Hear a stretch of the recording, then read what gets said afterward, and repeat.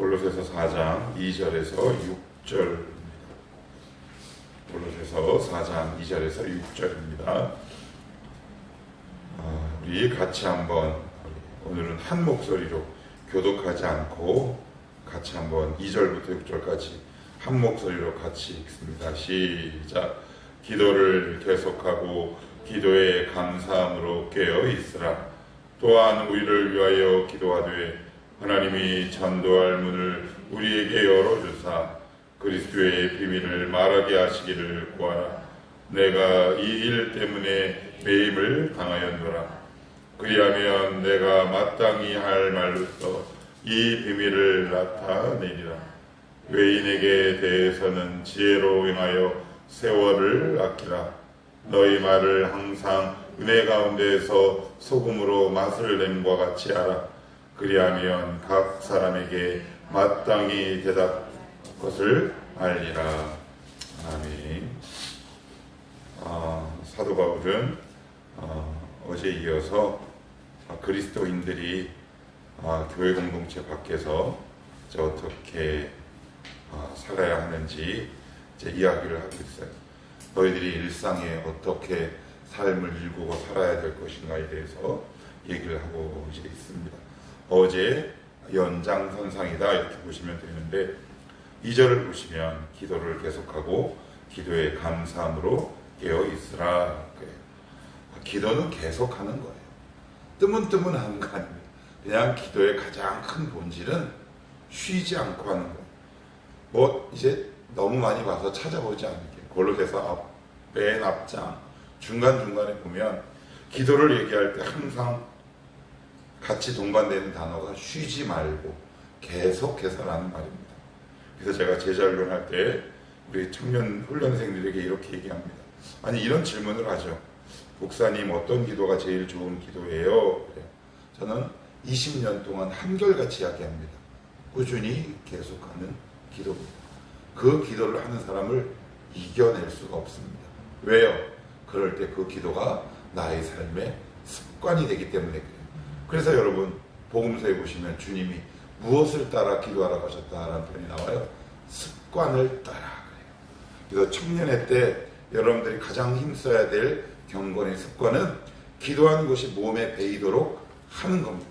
이것만큼 귀하고 아름다운 습관은 없어요. 그래서 꾸준히 계속 지속적으로 하는 겁니다.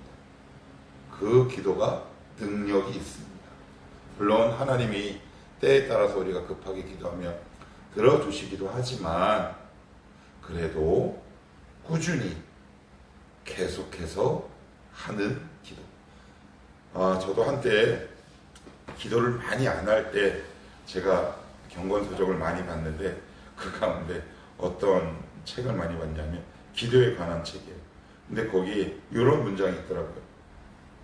예나 지금이나 기도를 가장 많이 안 하는 세대에서 기도에 관련된 책이 가장 많이 팔린다.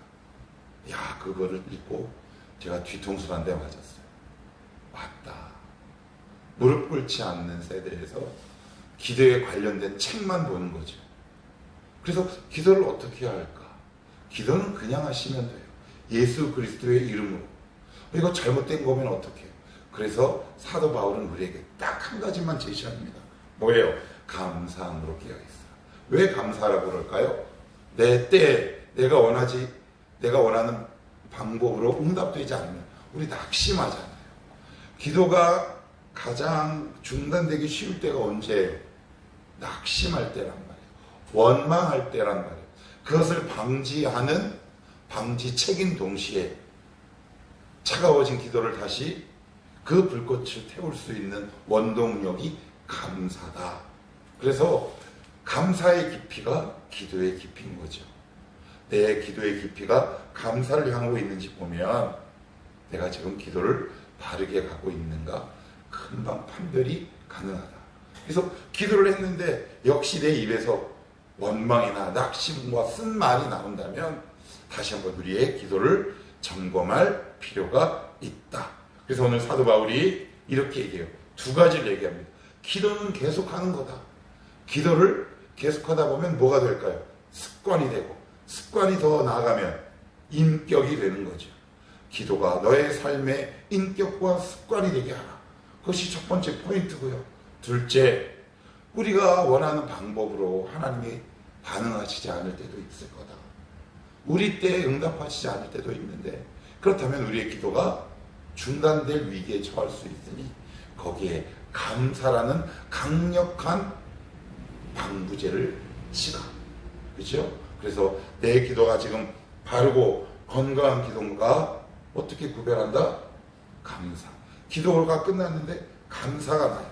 그런데 여기 와서 졸린 눈을 비비고 와서 기도를 했는데 여전히 내 마음 가운데 쓴뿌리가 올라온다. 그러면 어떻게 해요? 하나님 앞에 솔직히 얘기해야죠. 하나님, 제 안에 아직 쓴뿌리가 있습니다. 제 방법과 제가 원하는 시간에 응답하지 않아서 속상합니다. 하나님, 이 감사, 원망의 쓴뿌리를 제하여 주옵소서. 그래서 우리 꼭 기억합시다. 감사의 깊이가 기도의 깊이다. 꼭 기억하셔야 합니다. 안 그러면 감사를 잃어버리면 나도 모르게 자연스럽게 기도의 불이 꺼집디다. 이게 꺼집디다라는 말은 무슨 말이에요? 제가 해보니까 그렇습디다. 성경도 그렇게 증거하고 있다. 이렇게 얘기하는데, 또한 3절에 이렇게 얘기합니다. 또한 우리를 위하여 기도하되 하나님이 전도할 문을 우리에게 열어주사 그리스도의 비밀을 말하게 하시기를 구하라. 내가부터 끝엔 같이 읽어요. 시작. 내가 이 일 때문에 매임을 당하였노라. 사도 바울이 이 감옥에 왜 들어갔을까요? 전도하다가요, 선교하다가요, 하나님의 일을 하다가요. 그러면 1차적으로 생각을 한번 해봅시다. 내가 선하고 거룩한 일을 하는데 나에게 어려운 일을 당했네. 그러면 우리는 거기서 딱 낙심을 합니다. 선하고 거룩한 일인데 그러고 나서는 감사가 꺼지고 기쁨이 꺼지고 기도가 막히죠. 그런데 사도 바울은 한 번 더 생각하는 거예요. 나는 분명히 거룩하고 아름다운 하나님의 일을 하다가 감옥에 갇혔다면 내가 이 감옥에서 해야 할 일이 있지는 않을까라고 한 번 더 생각한 겁니다. 이게 무슨 이야기일까요? 삶의 이유와 목적을 분명한 사람은 낙심하지 않죠. 그러니까 쉽게 예를 들면 그런 거예요. 내가 뭐 장사나 어떤 일을 하는데 선하고 거룩한 마음으로 그 일을 준비하고 계획하고 진행할 수 있어요. 그런데 그 일이 갑자기 난관에 탁 부딪히고 어려움 당해요. 그러면 이거 내가 잘못 왔나? 그러면 그 안 된 속에서도 하나님이 의도하시는 목적이 있다라는 거예요. 한번 생각해 보세요. 내가 안 되는 일 가운데에서도 하나님의 역사가 일어나지 않으면 우리 하나님은 성공의 하나님, 즉 바울이 아니라 바알이 되는 거예요. 바알이 무슨 종교예요? 성공의 종교죠. 예. 그런데 우리 하나님은 성공했을 때뿐만 아니라 내가 보기에 실패한 것처럼 보이는 일 가운데서도 역사하시는 하나님임을 바울이 안 거예요. 단순히 감옥에서도 전도했다라는 그런 수준이 아니라 나는 분명히 기도했다. 나는 성령 충만했고 나는 하나님의 일을 하고 있었음에도 불구하고 내 앞에 어려운 일, 감옥에 갇히는 일이었는데 사도 바울도 우리와 같은 사람이었기 때문에 왜 고민하지 않았겠어요? 왜 낙심하지 않았겠어요? 그런데 이 감옥에서 쉬지 않고 계속 기도를 해본 결과 하나님이 이 감옥에서 내가 해야 할 일이 있구나. 그래서 뭘 했어요? 골로새서를 썼지요. 만약에 안 그랬으면 우리 살펴봤잖아요. 주일에 사도 바울이 골로새 교회에 가서 문제를 빠르고 쉽게 해결할 수 있었겠지만 성경은 남지 않았어요. 하나님은 우리가 실패처럼 보이는 그 과정 속에서도 나를 향한 목적과 이유가 있다. 왜 내 뜻대로 안 되면 하나님은 실패한 하나님이라고 단정짓고 역사하지 않는다고 생각합니까? 그렇다면 우리는 바알을 숭배하고 있는 거예요. 하나님은 내가 실패처럼 보이는 그 일 가운데서도 거기서도 역시 활발히 살아계시고 역사하시는 능력의 하나님이시다. 이걸 뭘 통해 알았을까요? 기도를 통해 안 거죠. 기도를 통하지 않으면 우리의 육안과 육적인 마음으로는 하나님의 마음을 알 수가 없어요. 왜 내 뜻대로 되지 않았지? 거기서 하나님의 역사와 일을 발견해요. 그래서 이렇게 얘기하고 있는 거예요. 내가 이 일 때문에 매임을 당하였노라. 내가 이 감옥에 간 이유를 알았다. 내 뜻대로 되지 않았지만 왜 그렇게 하셨는지 나 이제 알았어. 그래서 제가 이 말씀 드렸잖아요. 하나님의 말씀은 우리의 삶을 해석한다. 사도 바울은 기도와 말씀을 통해 자신의 삶을 해석해요. 그 해석한 결과물이 뭐예요? 내가 사람들의 눈에 보기에 실패했지만 아니더라. 내가 감옥에 갇힌 것은 또 다른 하나님의 일을 이루기 위한 하나님의 제2회, 제3의 계획이었다라는 것을 알 때 내가 낙심하지 않아. 거기서 최선의 삶을 경주하는 거죠. 어떤 일이 있으세요? 나 지금 감옥에 갇혔어. 할 수 있는 게 없어. 끝났구나. 그게 아니죠. 왜 이렇게 하셨는지 기도를 통해 알게 된 거예요. 말씀을 통해 알게 된 거예요. 그러니 그 감옥에서 삶의 활력이 넘친 거예요. 내가 감옥에서 해야 할 일은 이거였어. 그래서 서신서를 쓰게 되는데 그것이 2000년이 지난 지금 몇 교회에서 보게 되나요? 지금까지 2000년 동안 교회가 몇 개나 세워졌을까요? 상상할 수 없을 만큼의 숫자가 세워지지 않았겠습니까? 하나님은 그렇게도 역사하시는 분이다. 계속해서 사도 바울은 이렇게 권면을 합니다. 자, 5절 말씀을 같이 한번 읽어봅시다. 시작. 외인에게 대해서는 지혜로 행하여 세월을 아끼라. 여기서 외인은 그냥 쉬운 말이에요. 교회 안 다니는 사람, 예수 안 믿는 사람, X라는 말을 써요. 그래서 왜 우리가 그 비상구도 exit 이렇게 하잖아요. X, 바깥으로. 그러니까 예수 밖에 있는 사람, 안 믿는 사람, 교회 안 다니는 사람을 얘기해요. 그런데 좀 표현이 조금 희한해요. 이렇게 써요. 지혜로 행하여 세월을 아끼라. 아니, 예수 안 믿는 사람이랑 세월을 아끼는 것과 무슨 상관관계가 있을까요? 그죠? 이게 무슨 말일까? 이게 이런 뜻이에요. 그들의 삶에 동화되어 삶을 낭비하지 말라는 뜻이에요. 왜 우리 그런 거 있잖아요. 우리가 세상에서 이런저런 믿지 않는 사람들과 이렇게 한단 말이에요. 그런데 어느 날 갑자기 믿지 않는 사람이 너무 잘 됐어. 잘 돼서 어느 날 우리 앞에 딱 나타났어. 야, 성남 아니면 경진아, 정수가 이렇게 해보니까 근데 너 교회 다니는데 꼬라지가 이게 뭐야? 그러면요 우리 기가 확 죽어가지고 인터넷으로 돈을 많이 순식간에 빨리 버는 법 그러면서 하나님과의 관계가 확 단절돼 버려요. 그렇게 살지 말래요. 우리가 그들과 관계 맺으며 안 살 수는 없어요. 하나님께서 세상을 사랑하셨기 때문에. 그렇지만 그들의 가치관에, 그들의 말에 동화되거나 현혹되지 않아야 돼요. 그러면 어떻게 돼요? 세월을 낭비 안 돼요. 헛된 것을 추구하다가 시간을 낭비하며 살아간대요. 우리 그런 경험 있어요? 없어요? 엄청 많죠. 많아요. 내 생각이 순간 확 이 세상의 가치관에 현혹돼가지고 그래 이거는 아니야. 그래 정신 차리자. 그래 이러면서 어떻게 하면 단시일 안에 수익을 올릴까? 그것 자체가 나쁜 건 아니지만 그것에 내 마음과 중심을 확 빼앗겨버리면 이게 이제 기도가 그때부터 하나님 앞에 기도할 마음이 생깁니까?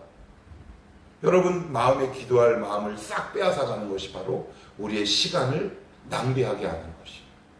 그렇게 보면 틀림이 없다는 말이에요. 그렇게 살지 말래요. 그래서 뭐라고 얘기하느냐? 세월을 아끼라. 낭비하지 마라. 그들의 말에 현혹되지 마라. 그들의 가치관에 동화되지 마라. 그러면 거기에 따른 결과 어떤 우리의 시간이 낭비될 것이다. 헛된 것을 추구하고 쫓다가 우리의 인생이 끝난다 라고 얘기를 해요. 어제 제가 재밌게 보는 프로그램 가운데 벌거벗는 세계사라는 게 있어요. 이거 프로그램 언급해도 되나? 거기 스티브 잡스 얘기가 나오더라고요. 전 세계에서 시가총액 가장 높은 회사를 일군 사람이죠. 혁신의 아이콘이에요. 그런데 췌장암으로 죽죠. 근데 제가 그걸 보면서 TV를 이제 거의 끝 얼마 안 남겨두고 탁 뜨고 잠자리에 드는데 C.S. 루이스의 문장이 딱 생각이 나요. 오늘도 마귀는 여러분들 향해 출세를 요구할 것이다. 명예를 얻으라고 얘기할 것이다. 그러나 하나님을 따르지 말라고 얘기할 것이다. 남들은 혁신의 아이콘, 귀하죠. 그런데 그 쓸쓸하게 재산이 아무리 많으면 뭐합니까? 하나님 앞에 한 푼도 가져갈 수 없는데, 그걸 보면서 참 인류사의 족적을 남겼다고 하지만 하나님의 입장과 하나님의 시간의 관점에서 보면 그는 실패한 인생일지 모르겠다 라는 생각이 참 많이 들어요. 우리 그런 사람들 보면 막 부럽잖아요. 정신 바짝 차리셔야 돼요. 금방 미혹됩니다. 정신 차려야 돼요. 두 번째는 이런 의미도 있어요. 자신의 시간을 만드는 거예요. 이게 무슨 얘기일까요? 왜 우리 인간관계에서 그런 거 있잖아요. 막 저 사람이 내 말에 어떻게 반응할까? 막 노심초사하는 거예요. 이게 왜 중요하냐면 나의 시간을 그 사람 시간 안으로 들어가는 거예요. 이게 빼앗겨 버리는 거란 말이에요. 그래서 하나님 앞에 서 있을 수 있는 시간이 많지 않아요. 그래서 늘 친구관계 때문에 노심초사해요. 인간관계 때문에 노심초사해요. 그 모든 문제의 시작이 어디서부터 출발합니까? 그 사람에게 하나님께 드려야 할 마음이 빼앗기는 거죠. 그것으로 인해 내 시간을 낭비하는 거예요. 너무너무 안타까워요. 청년일 때 그렇게 시간을 보내면. 아니 왜 이렇게 저렇게 너무 안타깝다. 저 시간에 차라리 책을 한 권 읽으면 좋을 텐데 라는 안타까운 생각이 있어요. 아무튼 오늘 사도 바울은 외인에 대해서는 지혜롭게 세월을 아껴라 이렇게 얘기합니다. 그들의 가치관, 그들의 말에 동화되거나 미혹되지 말고 너만의 시간을 가지라는 거예요. 여기서 나만의 시간은 뭐예요? 하나님 앞에 서 있는 시간. 이거를 절대 놓치지 마라 이렇게 얘기하고요. 6절 마지막으로 한 절만 더 봅시다. 같이 한번 읽어볼게요. 시작. 너희 말을 항상 은혜 가운데에서 소금으로 맛을 냄과 같이 하라. 그리하면 각 사람에게 마땅히 대답할 것을 알리라. 자, 이렇게 뭐라고 얘기하냐면 이제 외인에게 대해서 아껴라. 그리고 구체적으로 방법을 제시하는데 말입니다. 말. 믿지 않는 사람과 관계 맺고 그들과 함께 살아갈 때 가장 우리가 신경 써야 할 것 뭡니까? 말. 아니요. 그 말 이전에 이렇게 돼 있어요. 너희 말을, 그 다음 단어가 더 중요해요. 시작. 은혜 가운데에서. 말은 어디서부터 나옵니까? 마음에서 나옵니다. 우리의 마음은 누가 지킵니까? 대답 안 하냐? 빌립보서 4장 6절 7절. 너희 마음과 생각을 지키시리라. 누가? 하나님이 지키시잖아요. 성령 하나님. 우리의 마음이 은혜 가운데 늘 머물러 있지 않으면, 그래서 가장 건강한 대인관계의 출발이 뭐예요? 인문학과 척세술에 관련된 책을 읽지 말라는 건 아니지만 왜 거기에 목매어 있어야 합니까? 우리의 마음을 항상 은혜 가운데 두는 것이 건강한 인간관계의 초석이고 출발이다. 왜요? 내 심령이 건강해야 관계가 건강하지요. 내 마음이 튼튼해야 튼튼한 말이 나올 거 아니에요. 내 마음이 거룩해야 거룩한 말이 나올 거 아닙니까? 물론 나를 힘들게 하는 사람이 있지요. 그런데 여러분 아무리 백방을 다 노력해 보십시오. 그런 인간들을 이길 수 있는 방법이 있나? 내 심령을 은혜 가운데 두는 것밖에는 없어. 그래서 말을 잘하기 전에 하나님 앞에 잘 서 있게 하십시오. 그것이 대인관계의 핵심이에요. 아닌데요, 목사님. 그런 것도 경험하시던가. 그렇게 경험하세요. 전 인간관계 해보니까 하나님과의 관계가 바로 서 있을 때 인간관계도 얼마나 풍성했는지 몰라요. 분별이 생기고요. 만나지 말아야 할 사람이 보이기 시작하고요. 품어야 할 사람이 보이기 시작했어요. 내가 어떤 말을 해야 될지 굳이 노력하지 않아도 나를 믿는 자에게는 그 배에서 뭐가요? 생수의 강. 이 생수 안에는 뭐가 포함되어 있을까요? 말도 포함되어 있는 거예요. 우리 말이 누군가에게 생수가 되어주는 거죠. 저는 그걸 너무 많이 경험했어요. 신대원 입시 준비할 때 하나님이 제 주변에 왜 이렇게 많은 사람들을 붙여주시는지, 오빠랑 형이랑 공부를 하면 힘이 난대요. 저는 한 개 2시간 반 기도한 것밖에 없어요. 그래서 누군가를 만나면 그냥 제가 의도적으로 선한 말 해야지. 여러분 그렇게 살면 피곤한 거 아시죠? 오래 못 가요. 근데 만나는 사람마다 제가 은혜 가운데 있게 되니 누군가에게 하는 말이 아무 간이 되어 있지 않은 그 반찬과 밥에 소금을 뿌린 듯한 아름다운 말이 나와요. 말을 잘하는 게 중요한 게 아니라 우리의 심령을 은혜 가운데 두는 것이 제일 중요하다. 그러면 대인관계, 믿지 않는 사람들을 향해서 우리가 가장 중요한 대인관계 제1원칙이 뭡니까? 우리 자신을 날마다 은혜 가운데 머무르게 하는 겁니다. 그래야 그들의 가치관에 동화되지 않고 말에 미혹되지 않으면 오히려 내가 그들을 내 쪽으로 끌어들일 수 있는 믿음의 자성이 생긴다는 거예요. 여러분 이거 믿으세요? 아유 너무 힘들어요. 여러분 제가 기도 안 하면 제가 여러분들한테 끌려가는 거 아세요? 끌려갑니다. 영적인 전쟁은요 팽팽한 긴장감이 있습니다. 제가 기도하지 않으면 여러분 말에 끌려갑니다. 듣지 않는다는 말이 아니에요.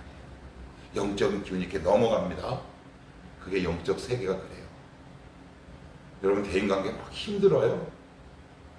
그래가지고 힘들어가지고 집에 가지고 그냥 맨날 유튜브나 막 이런 거 보고 막. 그리고 그 다음날 또 그 인간이랑 이러면 아이고 인간아 그 시간에 시간을 정하고 의지를 다해 하나님께 무릎 꿇어내십시오. 그래야 거기서 내 심령이 은혜 가운데 거할 거 아니겠습니까? 그래야 은혜로운 말이 나오죠. 그래야 관계가 거룩해지고 아름다워지지 않겠습니까? 인간관계를 지혜롭게 하는 방법. 아이고 유튜브 한번 보실래요? 동영상이 얼마나 많은가?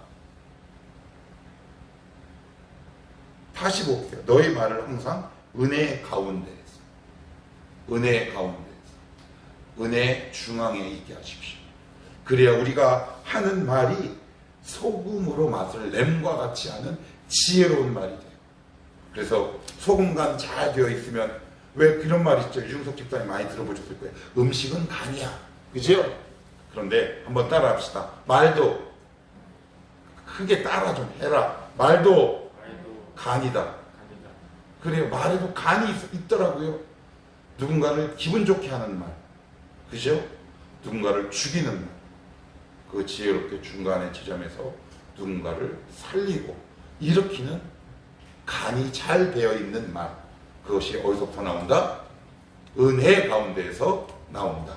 오늘도 여러분이 은혜로운 말로 주변 관계를 이렇게 덮을 수 있는 여러분이 되기를 축복하고, 누군가에게 믿지 않는 자에게, 나쁜 말을 하는 자에게 자꾸 끌려가는 것이 아니라 오히려 내 가운데 은혜가 깊이 있어서 그의 말과 가치를 나의 쪽으로 강하게 끌어당기는 영향력 있는 그리스도인의 삶을 살아내시기를 살아계신 예수님의 이름으로 축복합니다.